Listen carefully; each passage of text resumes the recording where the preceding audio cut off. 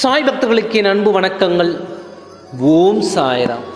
என் அன்பு குழந்தையே, ஒரு அவசர செய்தியை உன்னிடம் சொல்ல வந்தேன். அதுவும் உன் துணை பற்றிய செய்தி. இந்த செய்தியை கேட்டதும் நீ கோபப்படக்கூடாது.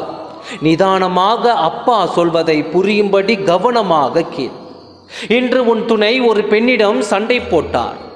அதுவும் மிகப்பெரிய சண்டை போட்டார். அந்த பெண் யார் என்றும் எதற்காக சண்டை போட்டார் என்றும் நான் சொல்கின்றேன். உன் வாழ்க்கையை கெடுத்தது ஒரு பெண்தானே. அந்த பெண் உறவாடி உன் வாழ்க்கையை கெடுத்து இருக்கிறார் என்று நான் சொல்லி இருக்கின்றேனே. அந்த பெண் உன் மீது அன்பாகவும் பாசமாகவும் இருந்து நல்லவர்கள் போல் நாடகமாடி உன் வாழ்க்கையை கெடுக்க வேண்டும் என்று உறவாடி உன் வாழ்க்கையை கெடுத்தும் இருக்கிறார். அந்த பெண்ணை தான் இன்று உன் துணை கண்டார். அவளிடம் நியாயம் கேட்டு சண்டையும் போட்டார். அன்பாகவும் பாசமாகவும் ஒற்றுமையாகவும் இருந்த எங்கள் வாழ்க்கையை இப்படி ஆக்கிவிட்டாலே, நீ எங்கள் வீட்டிற்கு வந்ததால் தான் எங்கள் குடும்பம் சிதறி போய்விட்டது என்று அவளை திட்டி தீர்த்து சண்டை போட்டு விட்டார்.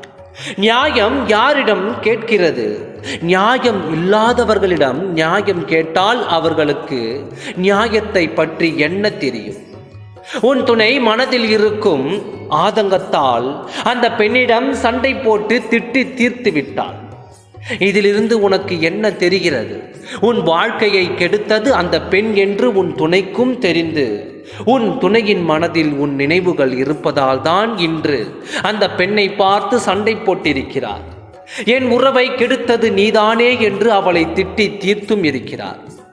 உன் துணையின் மனதில் உன் எண்ணங்கள் நிறைந்து இருக்கிறது என்று நான் சொல்லும் பொழுது நீ கேட்டாயா? இப்பொழுது பார்த்தாயா உண்மை எப்படி வெளிவந்திருக்கிறது என்று? ஆறாத காயங்களுக்காக உன் துணையின் மனதிலும் அந்த நினைவுகள் ஓடிக்கொண்டு தான் இருக்கிறது. மகிழ்ச்சியாக இருந்த குடும்பத்தில் இப்படி ஒரு பிரச்சனை வந்துவிட்டது என்று உன் துணையும் வேதனையில் தான் இருக்கிறார். அதனால் தான் அந்த பெண்ணை பார்த்தவுடன் மிகப்பெரிய சண்டையை போட்டுவிட்டார். உன் துணை என்ன தவறு செய்தாலும் அவருக்கு ஒரு வாய்ப்பு கொடுத்து உன் வாழ்க்கையை வாழ ஆரம்பி.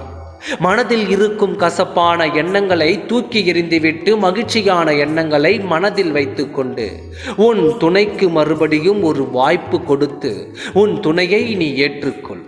இதுவே உனக்கு சிறந்த வழி. ஓம் சாய்ராம். நன்றி, வணக்கம்.